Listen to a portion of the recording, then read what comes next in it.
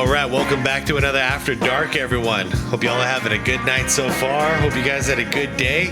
All right, so I heard you all loud and clear. Yeah, time to react to the SxADk video. First of all, it's a longer form video, so I'm super excited. It's been a long time since I've seen a video like of this length. So I'm pretty sure SKAP's gonna go off here, and for good reason. So here's the deal. I have heard from day one about the Bleacher. Okay, first of all, the SxADk video I'm reacting to here, the title is Bleacher Reports Garbage List Slanders Kobe Bryant. So I know already off the top of my head that the Bleacher Reports put Kobe at 11. I did not see the list. I did that intentionally so I can come in here kind of just, you know, what do I want to say, blind. So I don't know what else is going on in this list. All I can say is just right off the bat, like, I already have no respect for this list. To put him at 11 is just crazy to me, but let's see what it is, and I'll go from there. Guys, the link to the original SxADk video is down below in the description of this video. If you want to check it out, right there. I highly recommend SKAP's channel. You also see a list of channel members down there. Shout out to each and every one of you. I appreciate you all. And guys, let's get right to it, because this might be a little bit of a long one. So, giggity, let's go.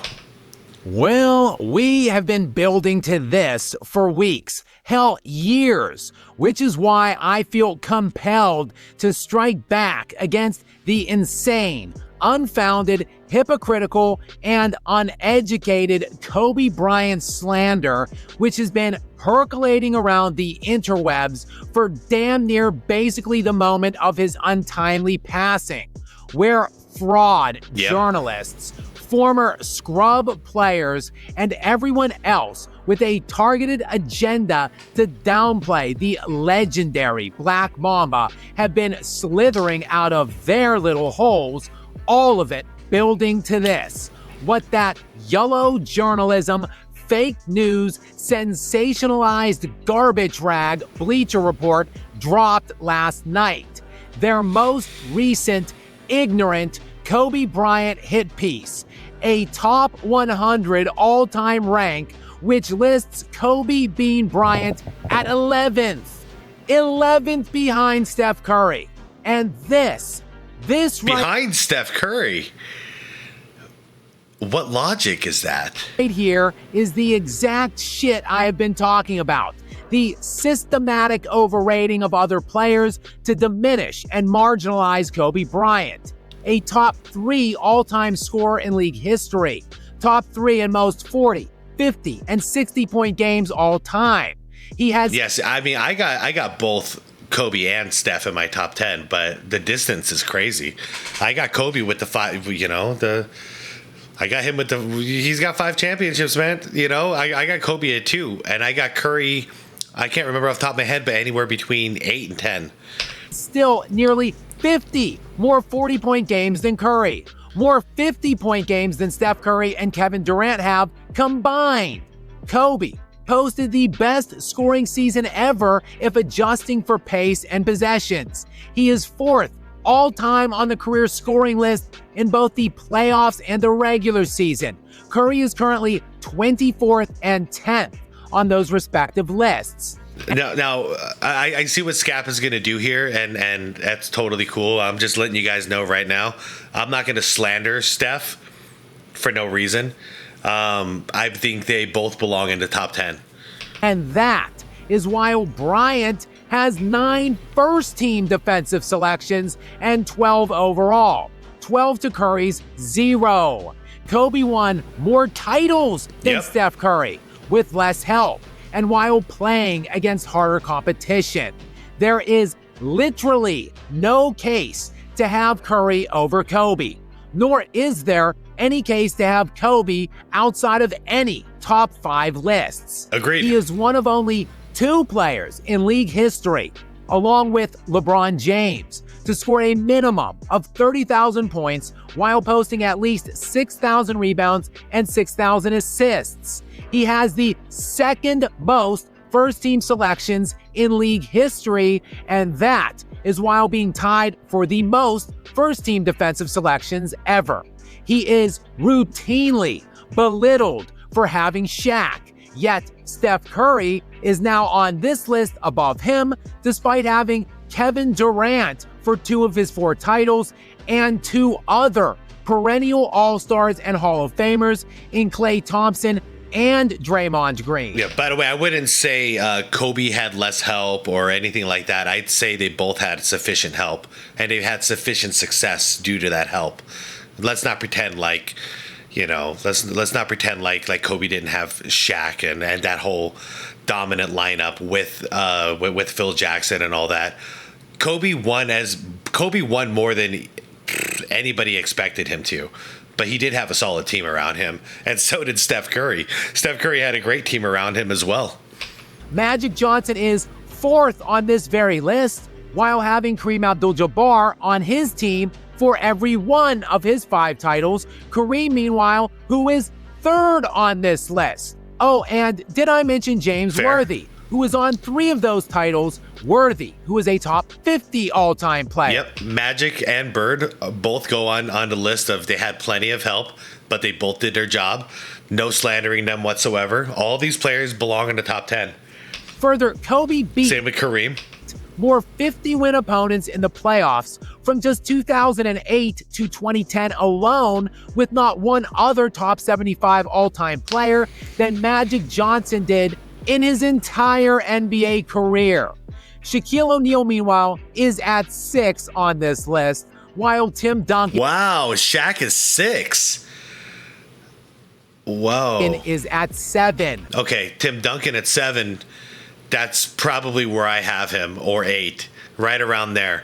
So that's fair as well. Again, I'm mad at Bleacher Report. I'm not mad at these greats. These are great players. Kobe Bryant won more with far less without Shaq than Shaq ever dreamed of winning without Kobe. And I wouldn't necessarily nitpick Duncan over Kobe, as I personally have them both on my all-time Mount Rushmore. But whoever you have over the other, they ain't 4 spots apart. Agreed. This list is riddled. No, I disagree. And maybe this is a flaw in my list, because I have Kobe at 2 and I have Duncan around like 8. So, but I keep reassessing it. And it keeps landing the same way every single time for me. With inconsistencies put forth by a myriad of ignorant, Kobe-hating frauds. Yeah. Let me just cut through the bullshit.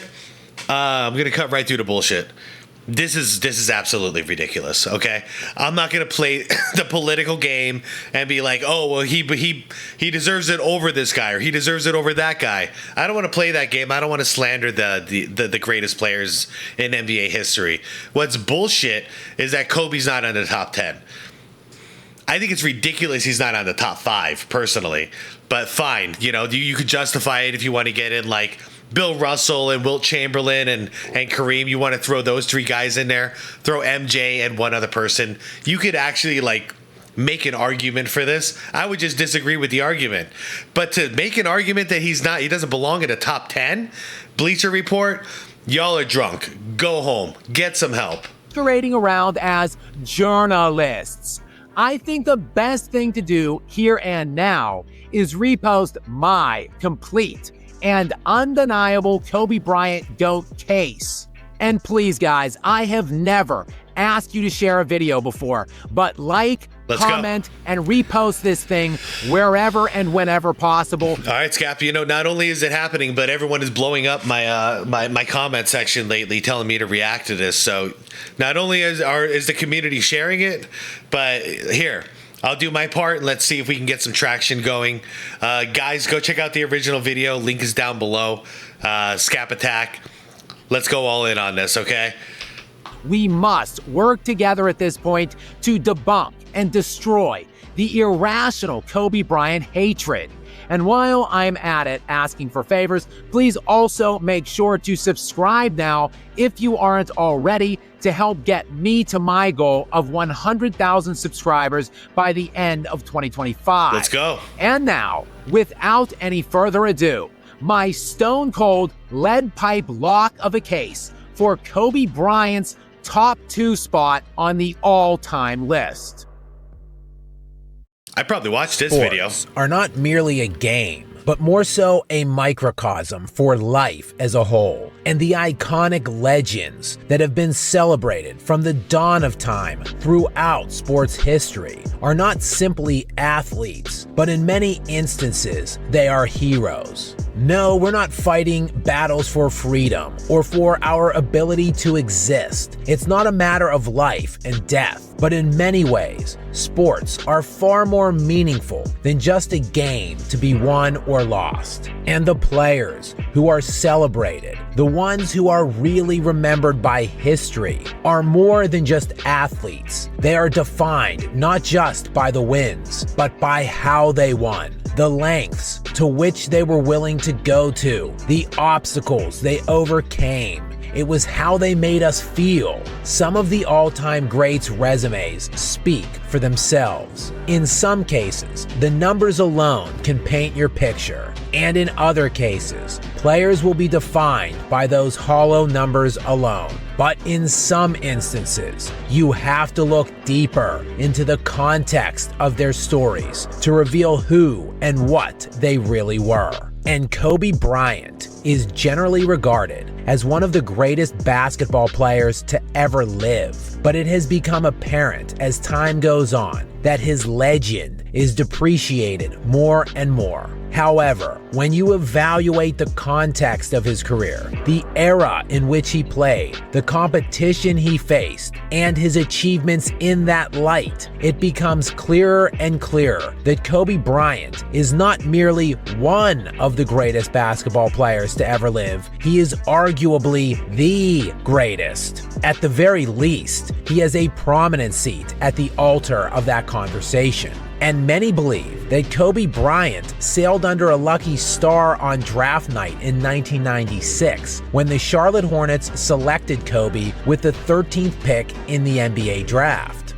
The Charlotte Hornets select Kobe Bryant, only to trade him to the Lakers for the rights of Vlade Divac. But Bryant was brought into an untenable situation in LA. Yo, guys, I miss these old school SKAP videos. A team that already had 2 all-star guards in Nick Van Exel and Eddie Jones. Thus, Kobe was forced to sit, barely playing his first 2 years, as he started in only 8 of his first 150 career games, and the prolific run of his own inept franchise. What an idiot! Sabotaging his career began at an early stage and age of his time in the NBA. And overall, in his first 2 seasons, Bryant got to shoot only 9 times a game. Compare this to other all-time great scorers, such as Michael Jordan, who attempted 20 shots a game in his rookie season, as did Allen Iverson in his first year in the NBA. Kevin Durant, meanwhile, shot it 17 times a game, and LeBron James attempted 19 field goals a game as a rookie. Yeah, LeBron's really the only standout there because he came straight out of high school, just like Kobe did.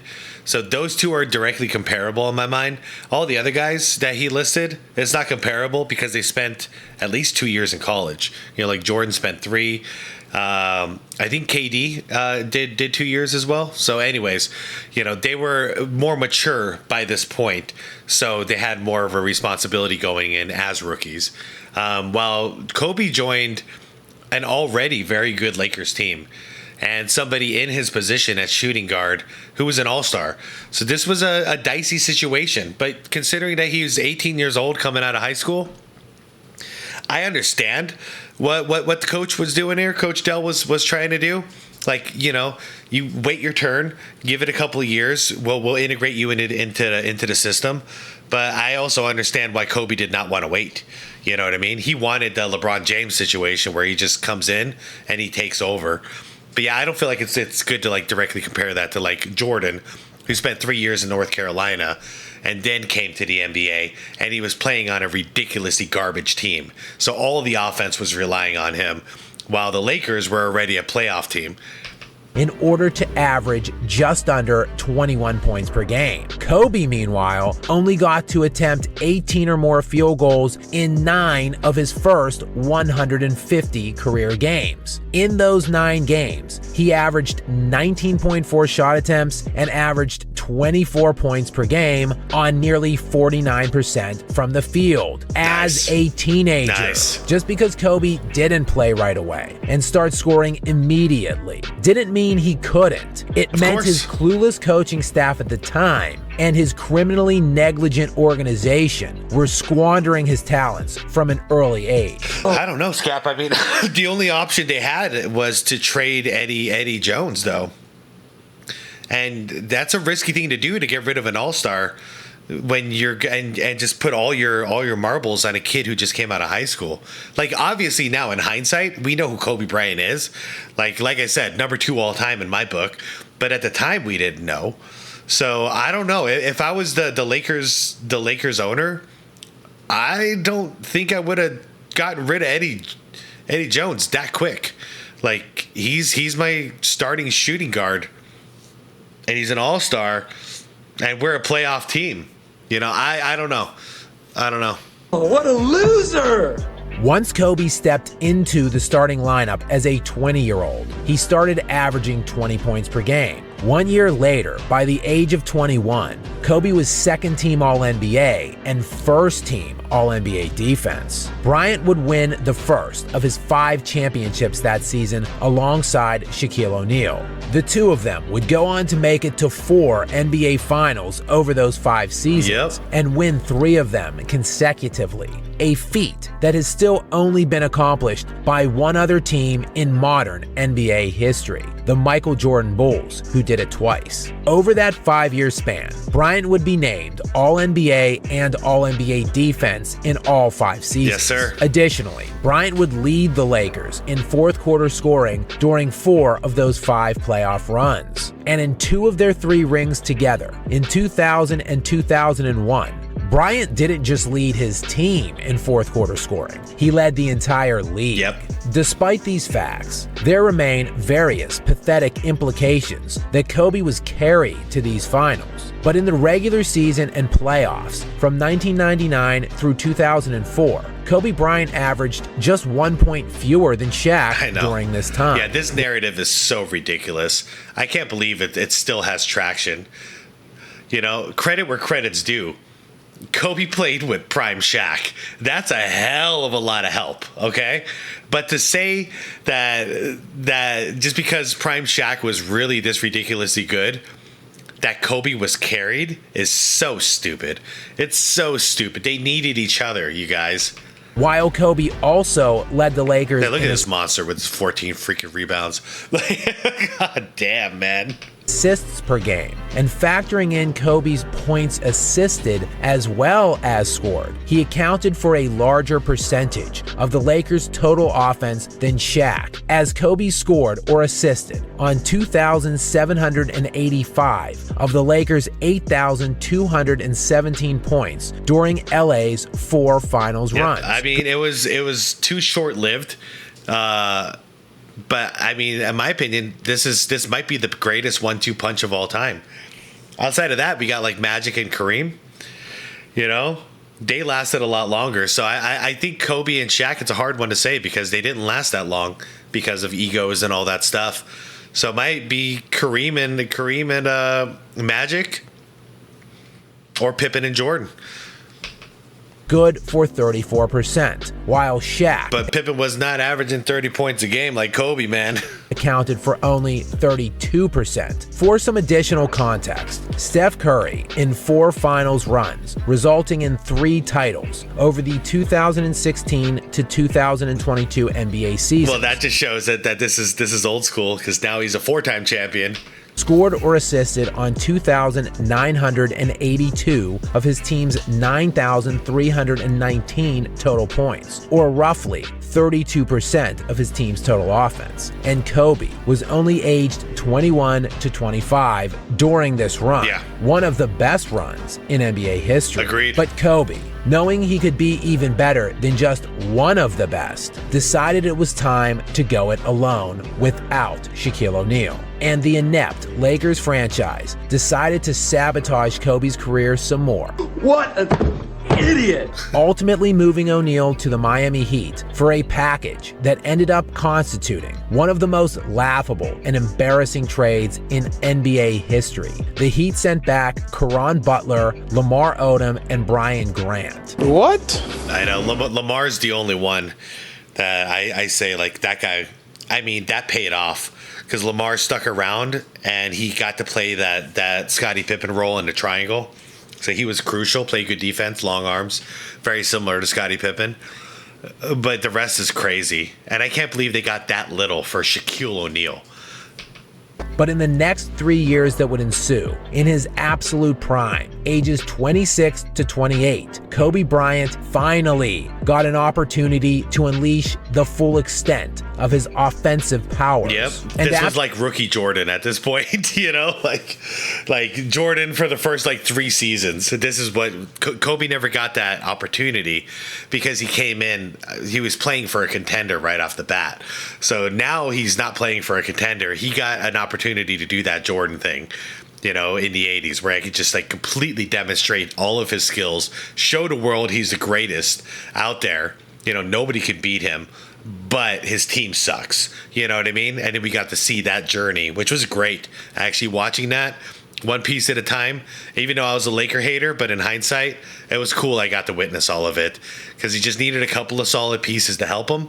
And then boom, 3 finals appearances, 2 wins. After shooting just under 17 times a game for his first 8 full NBA seasons, while other players like Jordan, LeBron, and Kareem just came in the league shooting 19, 20, 22 times a game from their rookie year and on. Kobe finally got that kind of freedom. And in those 3 seasons, he averaged 32 points per game, 5.5 rebounds, and 5 assists in what was directly in the heart of the lowest scoring, slowest paced decade in NBA history. 100%. As average nightly scoring for those 3 seasons was just 97 per game. Comparing the NBA Kobe was in during this time with the era Wilt was having his scoring eruptions in during the 1960s, where scoring was 115 points per game on average. Even when Jordan had his most prolific seasons in the 1980s, scoring was 109 points per game. And in the current NBA, we have swelled all the way back to 112 points a night on average. Kobe was unleashing a scoring assault on the league at the time that had not been seen in over 20 years since Jordan,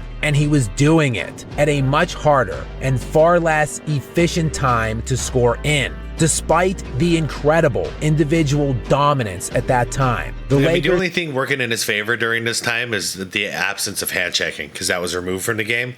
But it was a snail pace, 100%. Totally squandered Bryant's prime. It's garbage!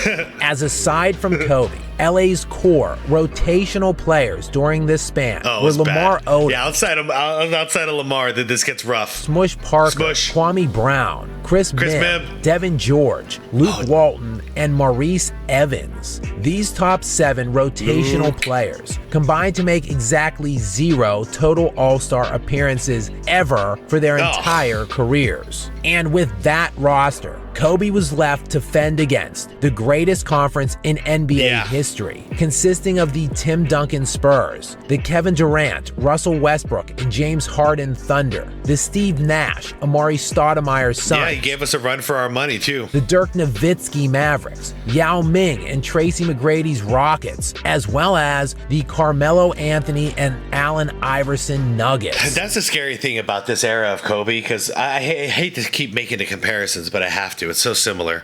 86 Bulls versus Celtics. What Jordan did against the Celtics, even though, you know, the Celtics, they ended up beating their ass, you know, as they should have. What Kobe did against my Suns in 05, dude, was scary as hell, because it's like you're doing this with zero help, you know, and you're actually competing with a great all-around team, solid team. Like, we're the best. I mean, we had the best record in the league. Like, and Kobe somehow was giving it. We were shitting our pants. Like, dude, we got to end this series. We got to get past this guy, because this guy just won't stop. He won't stop attacking. This, in addition to the assembly of what many believe to be the first NBA super team out east, the Boston Celtics, who would combine the forces of 3 Hall of Famers in Kevin Garnett, Paul Pierce, and Ray Allen. But once the bum Lakers front office got around, What an idiot! to bringing in one serviceable player in Pau Gasol, Kobe would again dominate. I think Lamar Odom was a great pickup, though. Like, I seem to be the only one who remembers Lamar's contribution, but he was Kobe's right-hand man for quite a while there. And then he got Fisher back, which was a huge help leadership-wise. And then, of course, Powell was the more, I mean, that was the 2 in the 1-2 punch. But Lamar Odom, man, I'm kind of surprised he gets so disrespected. That NBA landscape. Gasol had made only 1 career All-Star team, 0 All-NBA teams, and won 0 career playoff games in his 7-year career with Memphis prior to the trade. 0.00. The Lakers, meanwhile, would add nothing else of substance, just that 1 All-Star and no other top 75 players aside from Bryant. And that would be all he needed to make it to 3 more consecutive finals and win back-to-back titles in 2009 and 2010. Yep. During the 3-year finals run, beginning in 2008, Kobe joined Michael Jordan as the only 2 players to lead the playoffs in scoring for 3 consecutive years. Sounds about right. While Kobe also became and remains the only player ever to score at least 600 points in 3 straight playoffs. And he also remains the only player to win consecutive titles without another top 75 player on his team, and all of this despite facing the most difficult competition in NBA playoff history. In that 3-year run, from 2008 to 2010, of the 12 teams Kobe faced, 11 of them won at least 50 games. Yeah, for their career. This is the Eastern Conference era. The West was stupid, man. I mean, the fact that my Suns were so good and they could never make 1 finals during this era should tell you everything you need to know. One faced more 50-plus win teams than Kobe Bryant. In all, he played 37 50-plus win opponents in his playoff career of the 43 series he played in. That is good for 86% of his total opponents. For context, LeBron James has faced 27 such teams of his 51 opponents, or roughly only 53% of the time. Even Michael Jordan faced a 50-plus win team in only 27 of his 37 playoff series, or around 73%. Accordingly, no one has beaten more 50-plus win opponents in the playoffs than Kobe Bryant's 26. To put this number in further context, Larry Bird, Hakeem Olajuwon, and Karl Malone all beat 10 such opponents. Dirk Nowitzki beat 11, while Magic Johnson, Kareem Abdul-Jabbar, and Steph Curry all beat 14, with the self-proclaimed king beating only 17.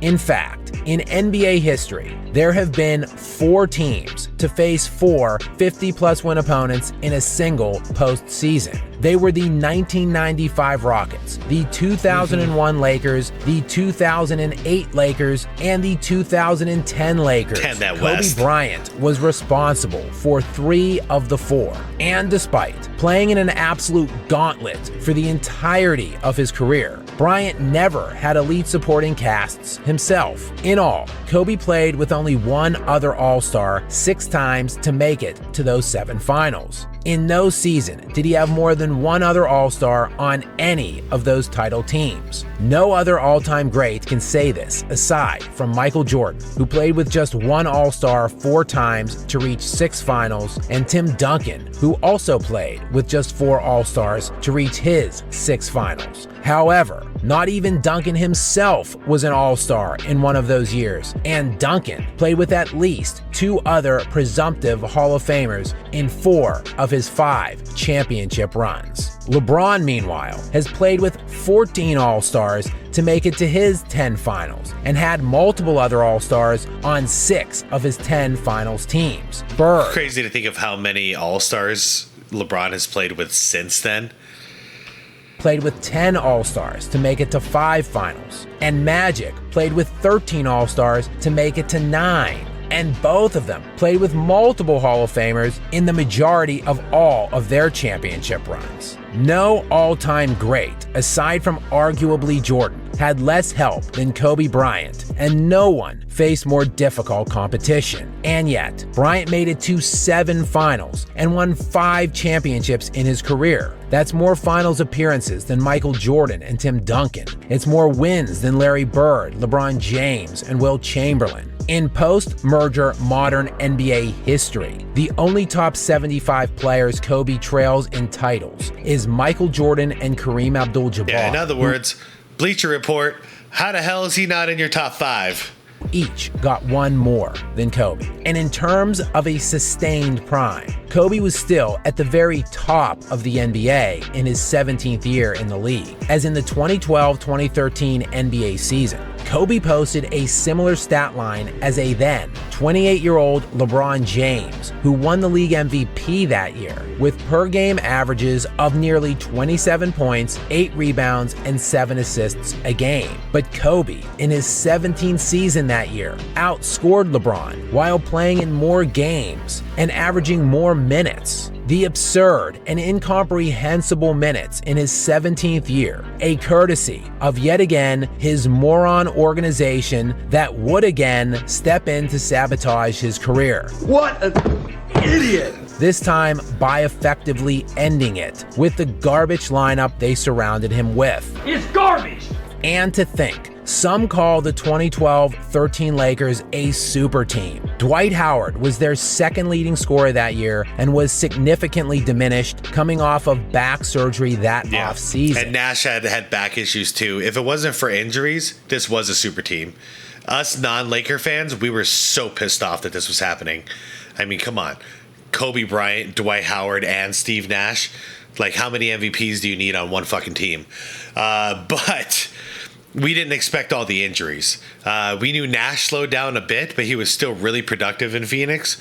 But his back just, they talked about it. He's talked about it. D'Antoni's talked about it. He wasn't the same guy anymore. It got too bad. And Dwight Howard, same thing. But on paper, guys, this was supposed to be like, I thought Kobe was going to win like 8 championships at this point. Because I'm like, there's no stopping him now, is there? But it led to him getting his Achilles torn as well. So that, like I said, on paper, this made perfect sense. In execution, they all ended up injured in that 1 year. And injuries would consume the remainder of that lineup, with Pau Gasol declining substantially this year while missing nearly 40 games, and 38-year-old Steve Nash also missing over 30 games. Kobe dragged the Lakers into the playoffs, finishing second in the NBA in points scored in his 17th season behind only 24-year-old Kevin Durant. I know, I think he was playing like 44, 45 minutes a game at this time. I mean, it's no wonder why the over amount of stress ended up popping his Achilles, but the guy really wanted to, and I respect what he was trying to do, because in his mindset was like, okay, my guys are injured right now, but if I can just will my team to the playoffs and they come back, we might win it all again, So I respect the hell out of what he was trying to do, and it's just really unfortunate that it led to such a, it's an Achilles, that's not an easy injury to come back from. There would be no excuses, no load management. In the final 7 games of his season that year, Bryant averaged 29 points per game, 8.5 assists, and 7 rebounds while playing 46 minutes per 46 game, with the Lakers going 6-1 during that stretch, and from out of the playoffs to into the 7 seed. But on April 12th, 2013, Bryant's body couldn't take any more, and Kobe ruptured his Achilles, which in hindsight would be the end of his career, as he would suffer season-ending injuries early in the next 2 years as well, playing only 6 and 35 games before gutting it out for a final 66-game farewell tour in his 20th season. This is where Kobe really needed Phil Jackson, man. And because Mike D'Antoni, he's more of a yes man. So if Kobe's playing 46 minutes a game and telling D'Antoni, like, you know, D'Antoni tries to sub him out, Kobe can say no. You know, and D'Antoni's going to be like, all right, Kobe's going to do what Kobe's going to do. But if you had Phil Jackson would sit Kobe's ass down and be like, you are resting 8 minutes a game, okay? I don't want to hear any shit. You're resting 8 minutes a game. Or if we don't make the playoffs, we don't make the playoffs. But I'm not going to go out there and kill you just, you know, I know you want to, but that's the point of a coach, is to overrule these things and to make these decisions. So unfortunately, yeah, Mike D'Antoni was the wrong coach for the wrong job. And there's no way he could coach a guy like Kobe, dude. Kobe, you know, Kobe's not going to listen to him. It took long enough for Kobe to start listening to Phil, let alone Mike D'Antoni, who's unproven. No way. But Phil could have got him. At this stage of his career, Kobe and Phil saw eye to eye. They spoke the same language. They had mutual respect. He would have listened to Phil, even if he didn't like it at first. With one of the most surreal spectacles the sport of professional basketball had ever seen, as Kobe's final career game in Staples Center upstaged the Warriors, winning their 73rd game and breaking the 1996 Bulls record for most wins in a single season. Bryant, on no legs at the age of 37, scored 60 points in 42 minutes, including 38 in the second half and 23 in the fourth quarter. Have you guys watched this? Because I've watched this game multiple times. It is a fun watch. It feels like it's out of a movie, or like a Rocky Balboa movie or something. Scored 15 straight Lakers points in the final 3 minutes of the game to overcome an 8-point deficit and hit the game-winning shot. Only Kobe Bryant. And amid all of the theatrics, all of the heroics, and all of those points scored, Kobe somehow only won 1 league MVP. This despite Kobe having the 3rd most top 5 finishes in MVP voting history. He is one of only 6 players to have at least 10 top 5 finishes. Kareem had the most, with 15 top 5 finishes. LeBron is next with 14. Kobe has 11. Bill Russell also had 11, while Jordan and Wilt both had 10 each. 5 of the 6 players on this list have all won at least 4 league MVPs, except Kobe, who the media only gave 1. But it's difficult to take a media-bestowed popularity award and count it against Kobe,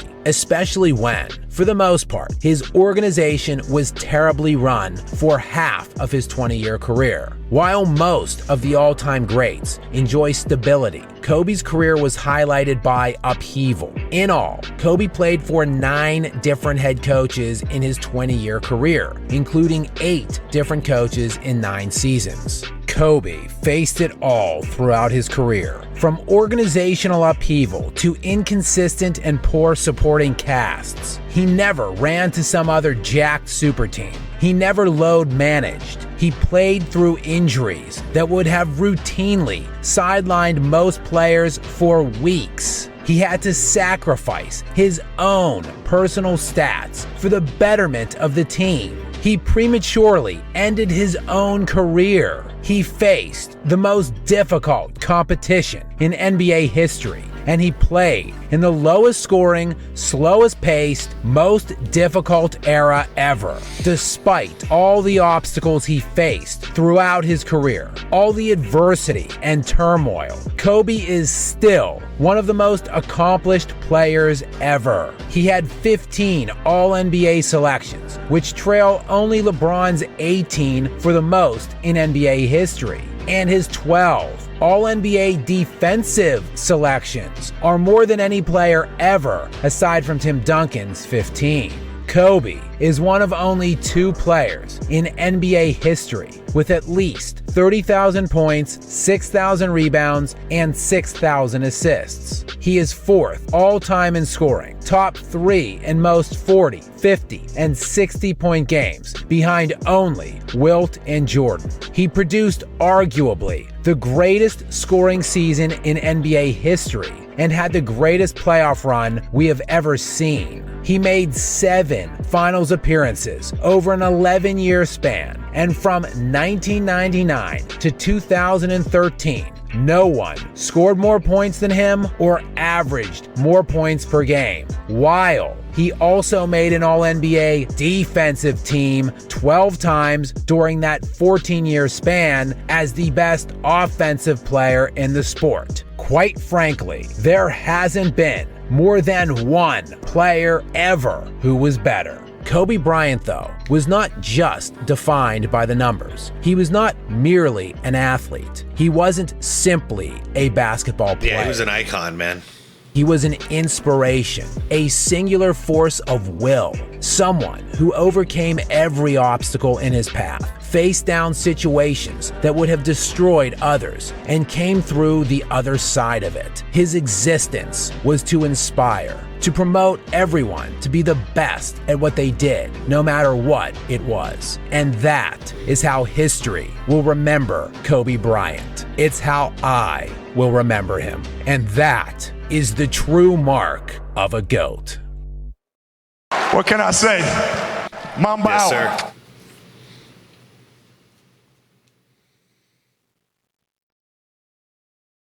Dang, man. Well, I wasn't expecting to watch that old vid, but honestly, it's a perfect idea because he nailed it right the first time. And if anything, the slander has only gotten worse since then. So, okay, so here's the deal. I wasn't lying when I said I didn't look at the Bleacher Report, the list. And considering I figured SKAP was going to show us, considering he didn't, I don't think I need to.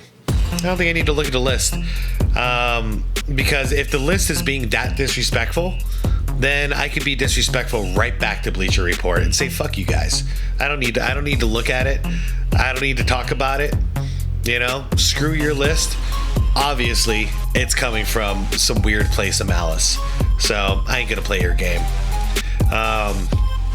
It's just ridiculous to have him off the top 10, in my opinion. But, you know, these people have agendas. Guys, we could get angry all day about it, but it's just an agenda, okay? It's not someone's real honest opinion. It's meant to piss you off, and it's meant to discredit somebody. It's not genuine reporting. It's not a genuine stance, you know? That's what I hate about this stuff. Because sometimes I hear about something like this, like, oh, I mean, because that's how it came out.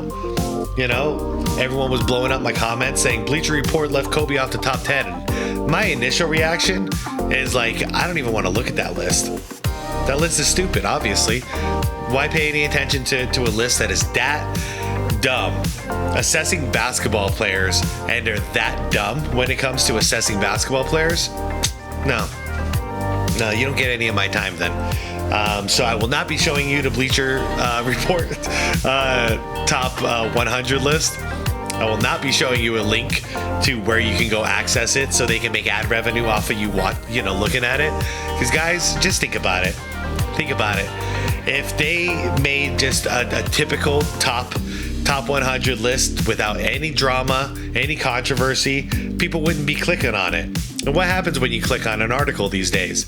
A bunch of ads pop up, don't they? You scroll down, there's ads to the left, ads to the right. Some ads are popping up on your phone.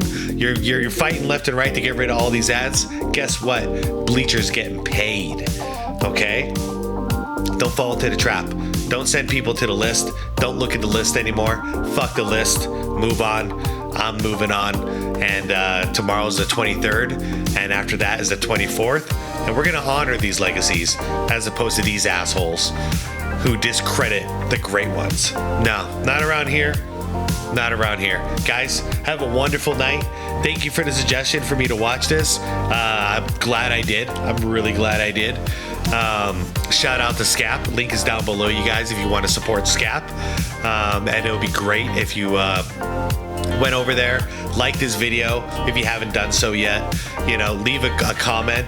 YouTube likes this stuff for their algorithm, so it'll help his video blow up even more. Anyways, that's all I really have to say about it. It's just it's dumb disrespect, and they're just, you know, it's like a click and bait, or not click and bait. It's like clickbait basically. Is they get enough traffic of outrage traffic coming in, and then they're making money by putting those ads in front of the outraged fans, and it's disgusting to do. Kobe busted his ass off his entire career. He deserves every bit of respect that he gets, plus a lot more than he gets. He doesn't get enough. And now that he's dead and he can't defend himself, people pulling this shit for some extra nickels, some extra dimes, some extra ad revenue. Fuck these people. I'm out. Have a good night, everybody. Thank you very, very, very much for watching. Shout out to members. I appreciate you all. Like the video if you liked it. Subscribe to the channel if you want more content like this. And most of all, most importantly, is to be water, my friends.